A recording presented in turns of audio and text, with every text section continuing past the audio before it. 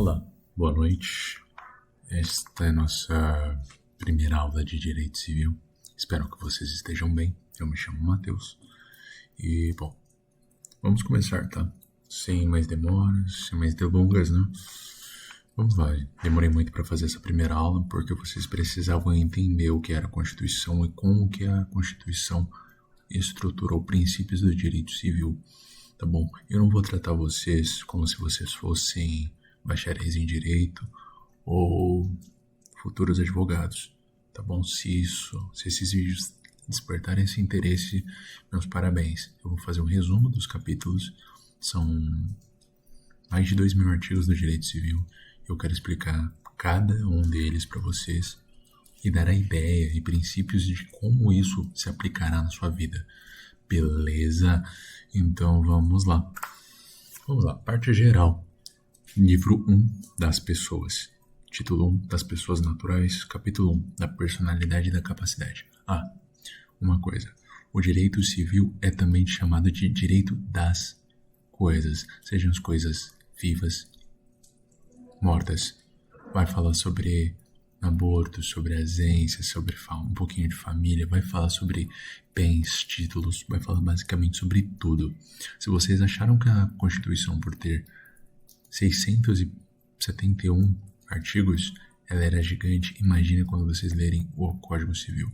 2.000 artigos, tranquilamente, tá? Com vários incisos, vários parágrafos, várias alíneas, beleza? Então é isso, viu, gente? Vamos lá, sem demorar mais. Da personalidade e da capacidade. Toda pessoa é capaz de direitos e deveres na ordem civil. O que isso quer dizer? Todos nós temos direitos, como os direitos alicerçados no artigo 5º, tá? Artigo 5º da Constituição, que significa que todas as pessoas têm direito à vida, à saúde, moradia, a isso, aquilo, ao respeito, etc. Coisa assim. Depois, quando a gente for pegando o artigo 5º, que são muitos mesmo, incisos. São muitos incisos no artigo 5º da Constituição. Vocês vão ver que, não dá pra pegar tudo isso de um dia só, entendeu? É bom que vocês entendam o quê? Os direitos e deveres de uma pessoa estão ali alicerçados no artigo 5º. Beleza? Minha voz é meio ruim hoje, então peço perdão se a minha voz não estiver tão boa quanto nos outros vídeos, tá bom? Vamos lá. Artigo 2. A personalidade civil da pessoa começa do nascimento com vida, mas a lei põe a salvo desde a concepção os direitos do nascituro. Como assim nascituro ou nascimorto?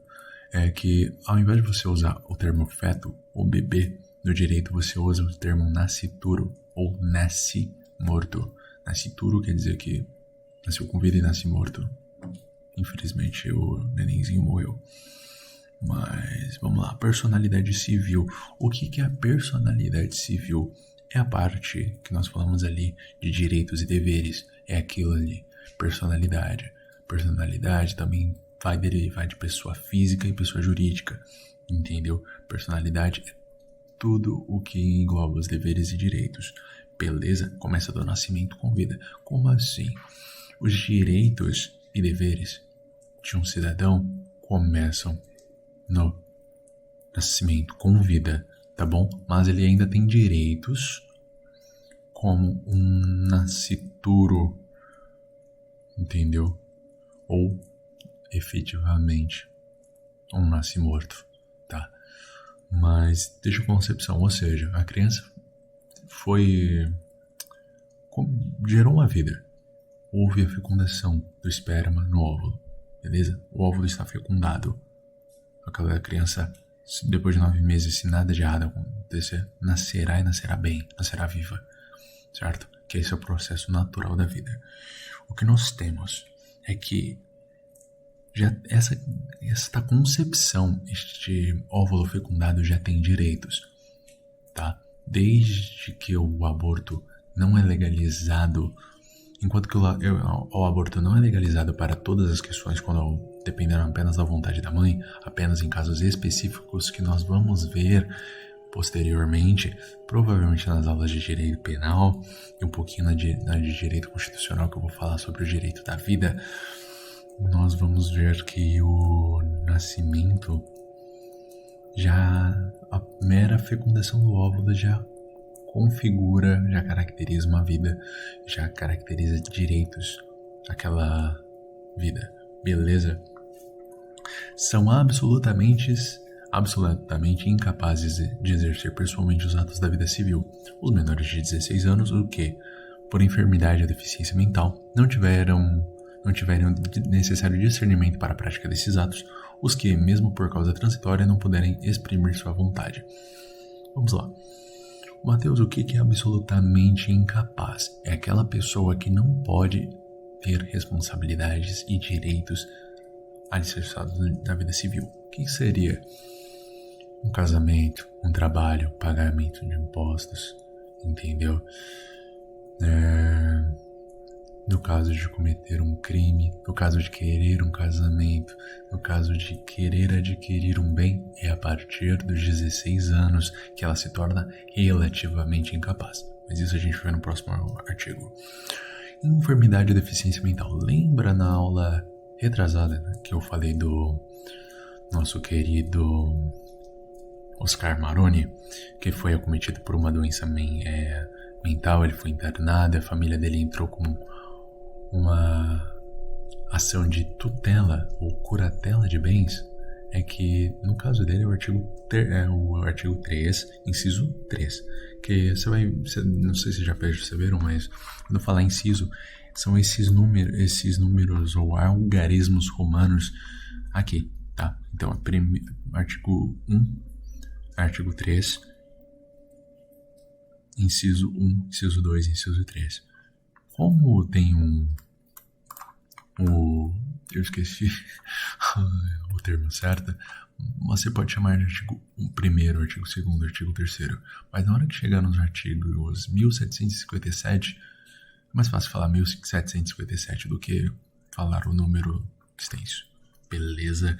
Então é isso, tudo que for algarismo romano, você vai falar inciso. Então, artigo 3, inciso tal, artigo tal, inciso tal, beleza? Isso aí. Os que mesmo por causa transitória não puderem exprimir sua vontade.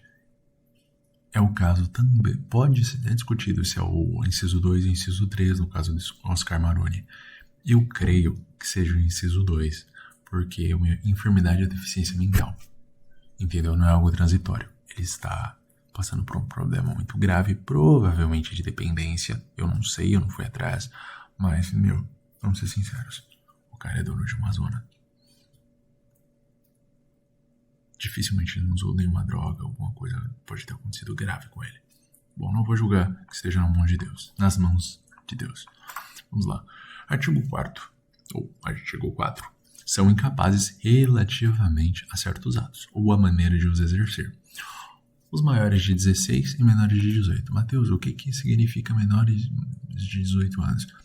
Você é menor de 18 anos há 364 dias, até um dia antes do seu aniversário. 1 segundo, 1 minuto antes do seu aniversário. 11h59, você é incapaz se você tem 17 anos. Você é incapaz. Absolutamente incapaz. Relativamente incapaz. Você fez 18 anos, você passa a ser capaz. Plenamente capaz de exercer e etc. Por isso que todo mundo fala, fez 18 anos, pode cometer crime, hein? Vai ser preso. É isso, basicamente. E maiores de 16 anos, 15 anos, 364 dias. Eu faço aniversário no dia 12 de janeiro. Perdão, dia 13. No dia 12 de janeiro, com as 11h59, eu não tenho 25 anos. Eu tenho 24, entendeu? Passou um minuto, terei 25. No outro ano, mesma coisa. Não terei 26 anos, terei 25 às 11h59 do dia 12. Beleza, você só passa a contar isso. Isso servirá também no artigo penal. Perdão, no Código Penal. Beleza? Vamos lá. Os ébrios habituais, os viciados em tóxicos e os que por deficiência mental têm o discernimento reduzido. Ébrios habituais. Ébrios vem de bêbado, tá? O bêbado eventual. Eu não vou ficar explicando os termos porque é meio chatinho, mas lê assim, ébrio, bêbado. Os viciados em tóxicos, cocaína, oxi, o que for. Beleza? O cara é viciado a ponto de não conseguir viver uma vida plenamente capaz. Ele é relativamente incapaz, beleza? Os excepcionais, sem desenvolvimento mental completo, o que isso significa? Todas as pessoas que mesmo que tenham passado de 18, 20, 30 anos, têm uma mentalidade de uma criança, tem na psicologia uma separação de os... Eu não vou arriscar, porque eu posso estar ofendendo a galera, mas tem 3 separações para uma pessoa que não desenvolveu o cérebro completamente. Então ela vai chegar nos 20, 30 anos, vai ser um cara gigante, forte, mas vai ter o comportamento de uma criança de 6 anos, infelizmente. É isso. E os pródigos? Os pródigos, a gente vai pegar, que é basicamente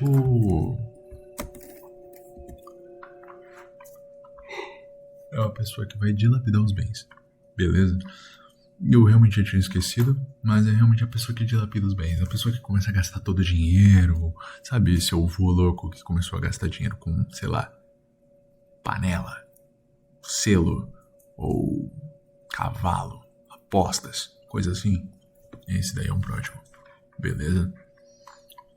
A capacidade dos índios será regulada por legislação especial. Parágrafo único. Quando nós vemos esses parágrafos únicos, são coisas que são colocadas depois, entendeu? Depois da lei ser promulgada. Beleza? A menoridade cessa aos 18 anos, quando a pessoa fica habilitada à prática de todos os atos da vida civil, direitos e deveres. Beleza? Cessará para os menores a incapacidade. Vamos lá. Abaixo dos 18 anos, você tem menores relativamente incapazes ou absolutamente incapazes. Contudo, todavia, entretanto, essa incapacidade será cessada caso nenhum desses 5 casos aqui. Apenas, uma coisa, o princípio de todo o Código Brasileiro, constitucional, penal, tributário, tudo, é o que consta na lei. Se não consta na lei, não pode ou pode. Beleza? Então, essa é uma lei taxativa. Esse é um parágrafo taxativo. O que é um parágrafo taxativo, Matheus? Esse parágrafo taxativo quer dizer que só vale aquilo que está escrito na lei. Beleza? Quando é um negócio aberto, entendeu? Você consegue dar uma maneirada e falar, tá, eu posso porque tá na lei, não posso porque não tá na lei, não farei porque não está na lei, eu farei porque está na lei, pela minha interpretação. Entendeu? É isso. Esses artigos variam, vocês vão ver artigos taxativos, artigos tácitos, entendeu? E tipo, tá lá, não tá dizendo pra você fazer nem não fazer. Você faz e descobre depois. É uma piada, um jeito mais fácil de fazer essa analogia, mas quando chegarmos lá eu explico pra vocês, beleza? Pela concessão dos pais, ou de um deles na falta do outro, mediante instrumento público, independente de uma homologação judicial ou por sentença do juiz ou do tutor, se o menor tiver 16 anos completos, ou seja, mais de 16 anos. Qual que é o nome disso, gente? Sabe aquele processozinho que a Maria Joaquina, aquela menina lá do milho lá que vazou esses dias atrás, discutindo com a mãe e tal, que ela queria ter o controle dos bens? Quando ela tinha 16 anos, ela queria entrar nesse negócio, entendeu? Eu confesso pra vocês, eu esqueci o termo certo que fala sobre... Eu chamo de alforria, mas não alforria.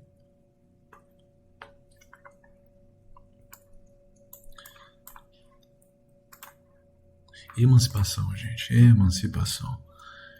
Conhecer o processo de emancipação. Quando você é emancipado pelos seus pais, você pode, ou pelo seu tutor, na falta dos seus pais, você pode exercer com 16 anos todos os direitos e deveres da vida civil, beleza? Pelo casamento, menor de 16 anos, casa com outra menor de 16 anos, tá? Haja visto, tem que ter 16 anos para casar. pelo casamento, ou seja, caso os dois se tornam plenamente capazes pelo exercício de emprego público efetivo. Ou seja, um menor de 16, 17 anos entrou como funcionário público em algum lugar. Por N motivos, tem vários concursos que permitem isso. Ele poderá, sim, fazer parte, beleza, do concurso. Pela colação de grau em curso de ensino superior. Jovens excepcionais, crianças de 12, 13 anos que se formaram na faculdade, entendeu? Tem um jovem que se formou com 15 anos na USP em Direito e com 18 anos ele estava fazendo sustentação oral com o STF. O cara é um gênio, beleza? Pelo estabelecimento civil ou comercial ou pela existência de relação de emprego, desde que em função deles o menor com 16 anos completos tem economia própria. Ou seja, gente, vamos lá. O que é economia própria? O cara consegue se sustentar, pagar água, comida e tal. Ele não pode depender dos pais. Mesmo que o trabalho, a firma que ele trabalha seja dos pais. Ele tem carteira assinada. Beleza. Ele pode trabalhar lá, ele pode ser emancipado. Beleza. A existência da pessoa natural termina com a morte. Presume-se esta, quanto aos ausentes, nos casos em que a lei autoriza a abertura de sucessão definitiva. Ou seja, quando uma pessoa morre, a existência dela some. Oh, como assim? É que ela deixa de ter deveres e direitos. Tá. Basicamente, ela tem direitos, mas não tem mais deveres, entendeu? Então, os direitos dela, direito à sucessão dos bens, vai seguir todo aquele processo que a gente já sabe, que é muito custoso, que dilapida todos os bens da família por causa das leis, que é 30% para advogado, 50% de imposto e tal, periri pororó, quando você vai ver não sobrou nada para suceder, entendeu? Não sobrou nada de herança. Beleza. Somente presume-se esta quanto aos ausentes nos casos em que a lei autoriza a abertura de sucessão definitiva. Quanto aos ausentes, como assim? É quando a pessoa some, mas você não tem certeza se a pessoa morreu ou não. Então você pode dar início à sucessão definitiva. No caso que, são os casos específicos que a lei deixa claro que, no caso que a pessoa caiu de avião, é muito difícil dela estar viva. Ninguém encontrou o corpo, mas é muito difícil dela estar viva. E depois de 5 anos ela aparece, esse processo vai sofrer um processo chamado de nulidade. Nulidade é a mesma coisa que anular? Não. Quando um processo é nulo, ele não gera efeitos nenhum. Como assim ele não gera efeitos nenhum? Ele não gera efeitos. Ou seja, todos os efeitos que ele gerou até o momento serão retroagidos ao momento principal, ou desde o primeiro momento. Ou seja, se eu tinha 10 milhões, etc., e sumi, todo mundo acha que eu morri, fazem um processo de sucessão, etc. Mateus, eu apareci, eu quero meu dinheiro, cadê? Eles farão um processo de nulidade do processo de sucessão. Entendeu? Eles nulificarão, anularão, tornarão nulo o processo de sucessão. Ou seja, vou voltar com meus 10 milhões. Ou o que sobrou, né? Se o pessoal não cuidou, perderei tudo. Terei perdido, o pessoal vai ficar me devendo. Alguma coisa assim, provavelmente. Enfim, pode ser declarada a morte presumida sem decretação de urgência, se for extremamente provável a morte de quem estava em perigo de vida, se alguém desaparecido em campanha ou feito prisioneiro não for encontrado até 2 anos após o término da guerra. No caso hipotético do Brasil entrar em uma guerra, nós temos a ideia de que, o Brasil entrou numa guerra, a pessoa foi sequestrada por 2 anos, ela não apareceu, dá-lhe na sucessão, entendeu? Porque a pessoa não vai aparecer mais, ela tá morta. Mesmo que ela possa ter fugido, ela tá morta. Presume-se a morte, entendeu? É sempre assim. A declaração de morte presumida nesses casos somente poderá ser requerida depois de esgotadas as buscas e averiguações, devendo a sentença fixar a data provável do falecimento. Entende? É isso. É bem autoexplicativo esse parágrafo único. Beleza? Somente poderá ser requerido depois de esgotadas, ou seja, depois de esgotar, depois de 2 anos procurando uma pessoa, geralmente você meio que desiste. Entendeu? É igual aquele caso daquele helicóptero que caiu. O pessoal tava procurando e achou. Entendeu? Acharam. Infelizmente todos eles estavam mortos. Mas se eles não tivessem achado, daqui a 2 anos ou daqui a um tempinho eles presumiriam a morte deles se eles encontrassem somente o helicóptero totalmente destruído e sem sinais. Eles iam ficar buscando e tal. Uma hora eles iriam desistir. E mesmo que eles aparecessem depois, o processo de sucessão estaria feito. Mas seria anulado. Seria nulo, basicamente. Se 2 ou mais indivíduos falecerem na mesma ocasião, não podendo averiguar se algum dos comorientes precedeu aos outros, presumir-se-ão simultaneamente mortos. Ou seja, se eu e você que está me ouvindo sumimos, nós demos as mãos e nós simplesmente sumimos,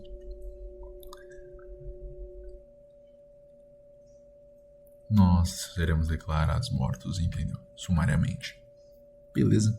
Serão registrados em registro público.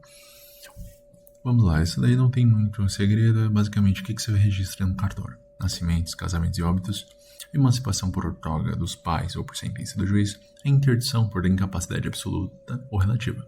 Naqueles casos que a gente citou lá do ébrio habitual, o cara tá ficando maluco, etc. Basicamente isso. A sentença declaratória de ausência de morte presumida. Sentença. E sentença essa aqui. Sentença só é expedida pelo juiz.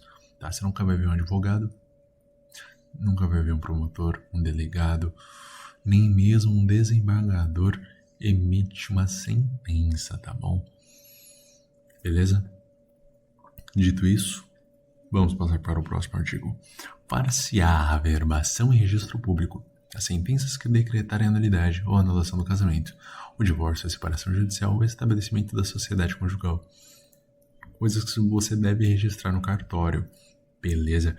Dos atos judiciais ou extrajudiciais que declararem ou reconhecerem a filiação. 3. Dos atos judiciais ou extrajudiciais de adoção. É autoexplicativo, eu não vou explicar nada disso daí. É coisas que você deve fazer, deve registrar e averbar. Registrar é uma coisa, averbar é outra. Beleza? Averbar é basicamente reconhecer firma. Beleza? É isso. Capítulo 2. Nosso último capítulo da aula de hoje. Artigo 11. Com exceção dos casos previstos em lei, os direitos da personalidade são intransmissíveis e irrenunciáveis, não podendo seu exercício sofrer limitação voluntária. Ou seja, os direitos da personalidade civil, seus direitos e deveres, são irrenunciáveis. Você não pode, eu renuncio aos meus direitos. Não, você não pode. Direito nenhum é renunciável. Beleza, direito natural. Os direitos dados podem ser renunciados, tá bom? Intransmissíveis. O que são os intransmissíveis? Ele não pode ser dado a ninguém. Beleza? Claro, com exceção dos casos previstos em lei. No caso de você ter cometido um crime, basicamente, adquirido um bem que não é seu, basicamente isso. Você vai sofrer as punições e seus direitos serão vilipendiados, violados, abusados, furtados, repelidos. Use o termo que quiser, o verbo que quiser, não importa muito. Artigo 12. Pode-se exigir que cesse a ameaça ou a lesão a direito da personalidade e reclamar perdas e danos sem prejuízo de outras sanções previstas em lei. Ou seja, se alguém está violando a minha personalidade, meus direitos, meus deveres, esse tipo de coisa, eu posso exigir perdas e danos que nós veremos posteriormente. Tá bom? Quando nós chegarmos no direito das coisas, eu vou explicar direitinho o que é o direito das coisas, o que é uma coisa para o direito civil, tá bom? Que também é chamado de direito das coisas, beleza? Nesse caso, será uma das coisas não humanas, tá? Ou seja, a coisa que não é uma vida humana. Tudo que não for uma vida humana será discutido ali, Beleza, vamos lá. Em se tratando de morto, terá legitimação para requerer a medida prevista nesse artigo cônjuge sobrevivente, esposa, marido, ou, perdão, marido ou esposa, ou qualquer parente em linha reta ou colateral até o 4º grau. 4º grau é meu primo Joaquinzinho de 4º grau? Não.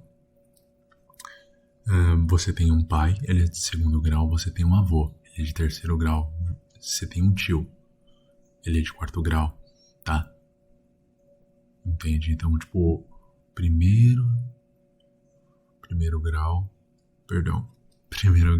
seu pai, 2º grau, seu avô, 3º grau, seu tio, 4º grau, seu primeiro primo, tá bom?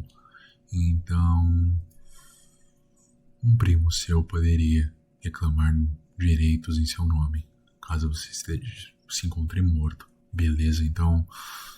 Bom, não sei para que isso vai valer para você, mas se você tiver algum parente aí que teve seus direitos de personalidade violados, você pode recorrer na vara civil, beleza? Salvo por exigência médica, artigo 13, salvo por exigência médica, é defeso o ato de disposição do próprio corpo, quando importar diminuição permanente da integridade física ou contrário aos bons costumes. Ou seja, é defeso o ato de disposição, ou seja, você não pode ficar amputando partes do seu corpo, machucando o seu corpo. Você não pode. O direito civil proíbe. Ou seja, você não pode ferir o seu próprio corpo, porque seu corpo é propriedade do Estado, tá bom? Não, Matheus, eu não gosto dessa frase, o seu corpo é propriedade do Estado. É o único jeito de você entender que você não pode controlar o seu corpo plenamente. Ou seja, exceto por exigência médica, ou seja, você é um menino que se considera menina e quer fazer a transição de gênero, ou de sexo. Você quer fazer essa transição. Como você faz essa transição? Eu te respondo. Você vai no médico, ele permite que você faça, e aí sim você pode fazer a cirurgia. Se você fizer ela clandestinamente, você será multado ou punido por isso. Beleza? Até mesmo punições até que severas, tá bom? Parágrafo único. O ato previsto neste artigo será definido para fins de transplante, na forma estabelecida em lei especial. Ou seja, se um parente seu, alguém muito importante, ou você só quer doar um órgão para salvar outra vida, um gesto muito nobre, tá bom? Muito nobre, por assim dizer, você pode. Tem leis para isso, você pode arrancar Claro, você não pode chegar na sua casa, arrancar um lado do seu pulmão e entregar para outra pessoa, um rim seu e entregar para outra pessoa. Não é assim que funciona, tem todo o procedimento. Porque você não pode ser morto, você não pode morrer por causa dessa transfusão de órgão ou dessa transferência de órgão, nem outra pessoa pode ter risco de contaminação. Tem várias normas médicas em relação a isso. Não é o assunto da aula de hoje. Artigo 14. É válida com objetivo científico altruístico a disposição gratuita do próprio corpo, no todo ou em parte, para depois da morte. Você só assina lá. Hoje em dia você não assina mais. Antigamente você tinha que declarar que o seu corpo, você poderia permitir que eu estudasse ele, tá? Para escolas, etc. Hoje em dia você tem que declarar que você não quer que alguém macule o seu corpo depois da sua morte. Então, se você tem uma religião que é contrária a alguém abusar do seu corpinho depois da morte, ou que você não quer que seu corpo seja abusado, é bom você ir atrás num cartório para ver como você vai fazer. É um negócio rápido, mas ainda assim você tem que ir lá. Beleza. O ato de disposição pode ser livremente revogado a qualquer tempo. Hoje em dia você tem que fazer o ato de indisposição. Beleza? Artigo 15. Ninguém pode ser constrangido a submeter-se com risco de vida ao tratamento médico ou a intervenção cirúrgica. Constrangido. Quando você ler constrangido, entenda obrigado. Entendeu? Coagido. Beleza? Então, ninguém pode ser obrigado a submeter-se com risco de vida. Artigo 16. Toda pessoa tem direito ao nome. Nele compreendidos o prenome e o sobrenome. O que é prenome? É o nome do meio. Beleza, meu nome é Matheus William Salles. Meu prenome seria William. Então, Matheus William Salles. Salles é meu sobrenome. Beleza? Não tem muito o que explicar. Artigo 17. O nome da pessoa não pode ser empregado por outrem em publicações ou representações que a exponham ao desprezo público, ainda que não haja intenção difamatória. O que é isso? Ou seja, o seu nome é quem você é. Mesmo que tenha alguém que tenha exatamente o mesmo nome que você, seu nome, como supomos, eu me chamo Matheus, eu sou um desembargador extremamente importante. Alguém vai lá e fala assim, com anuência, com o reconhecimento do Matheus William Salles. E não vai falar que é o desembargador, porque tem um outro cara chamado Matheus William Salles, exatamente igual o meu nome é. Mas tem um outro cara chamado Matheus William Salles, que liberou. Entendeu? E vai ser isso. Artigo 18. Sem autorização, não se pode usar o nome alheio em propaganda comercial. Basicamente, o artigo anterior também. Artigo 19. O pseudônimo adotado...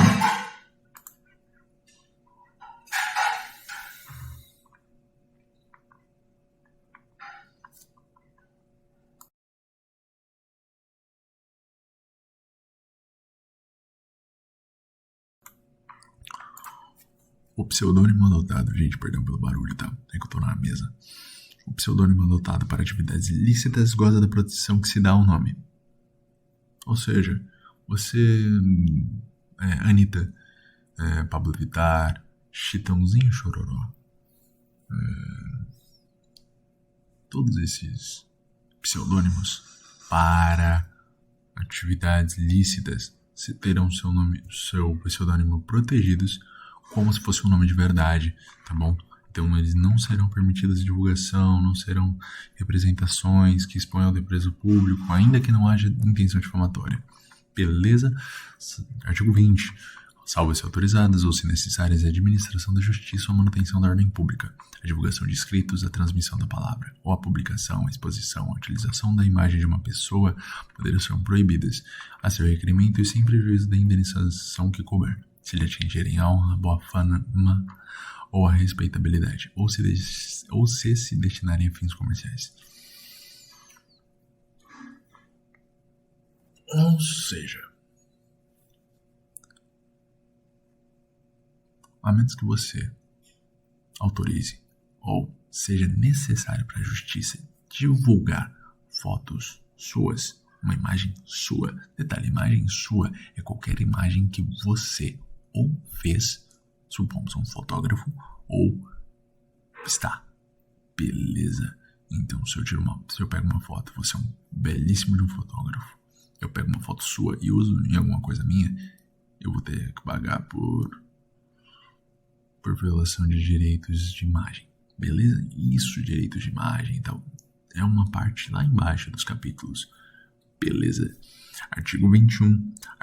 A vida privada da pessoa natural é inviolável e o juiz, a requerimento do interessado, adotará as providências necessárias para impedir ou fazer cessar ato contrário a esta norma. Ou seja, sua vida pessoal, a vida privada da pessoa natural é inviolável e o juiz, a requerimento do interessado, adotará as providências necessárias para impedir ou fazer cessar ato contrário a esta norma. Ou seja, perdão, eu não li o parágrafo único anterior. Em se tratando de morto ou ausente, são partes legítimas essa proteção cônjuge, os ascendentes e os descendentes, seu pai, sua mãe e seus filhos, e sua esposa ou seu esposo. Basicamente é isso. A vida privada da pessoa natural é inviolável e o juiz, a requerimento do interessado, adotará as providências necessárias para impedir ou fazer cessar ato contrário a essa norma. No caso de um paparazzi, a pessoa invadir a sua casa, ficar tirando foto sua e tal, te expor. Não pode. Beleza, não pode. Vamos lá. Artigo 20. São-se autorizadas ou, se necessárias, a administração da justiça ou a manutenção de ordem pública, a divulgação de escritos, a transmissão da palavra ou a publicação, a exposição ou a utilização da imagem de uma pessoa poderão ser proibidas. O que isso significa? A menos que você tenha autorizado e a justiça precise para a manutenção da ordem pública, para divulgar seus escritos, palavra, publicação, exposição ou utilizar sua imagem.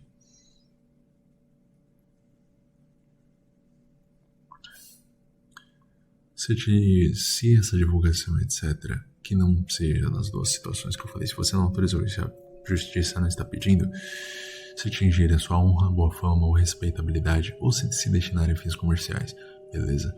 Então, qualquer uma desses 4 casos, caberá indenização, beleza? E se tratando de morto, seus parentes, pai, mãe, esposa, ou melhor, cônjuge e filhos poderão, tá bom? Do texto de lei tá cônjuges, descendentes e ascendentes, mas é mais fácil falar assim para que vocês entendam. Artigo 21. A vida privada da pessoa natural é inviolável e o juiz, a requerimento do interessado, adotará as providências necessárias para impedir ou fazer cessar ato contrário a esta norma. Ou seja, no caso de um paparazzi, evitar que a sua vida seja violada nesse sentido de ser exposto, etc. Gente, já temos, eu acho que 30 minutos. Eu vou ter que editar algumas coisas porque tiveram algumas interrupções. Já temos 30 minutos por aí, contando com os cortes, então foi uma ótima aula. Espero que vocês tenham entendido. São 2 capítulos com bastante informações, mas tem que ser digerido aos poucos. Não adianta ficar 1 hora, 1 hora e meia, 2 horas falando. Primeiro, eu não tenho tempo para isso. E segundo, vocês não vão absorver nada. Tá bom? É mais fácil eu ir taxativamente aumentando a frequência que eu vou postando, a velocidade de fala, dar menos exemplos e só ir martelando os artigos. No final a gente já só vai estar lendo e arrebentando cada artigo, beleza? Vocês já vão estar mais prontos para, em condições de entender o direito civil. E sexta-feira nós temos a aula de direito penal, beleza? E eu vou tentar fazer o meu possível, o meu melhor para postar na sexta de manhã. Caso não consiga, postarei na sexta à noite. Tá bom? Gente, foi um prazer.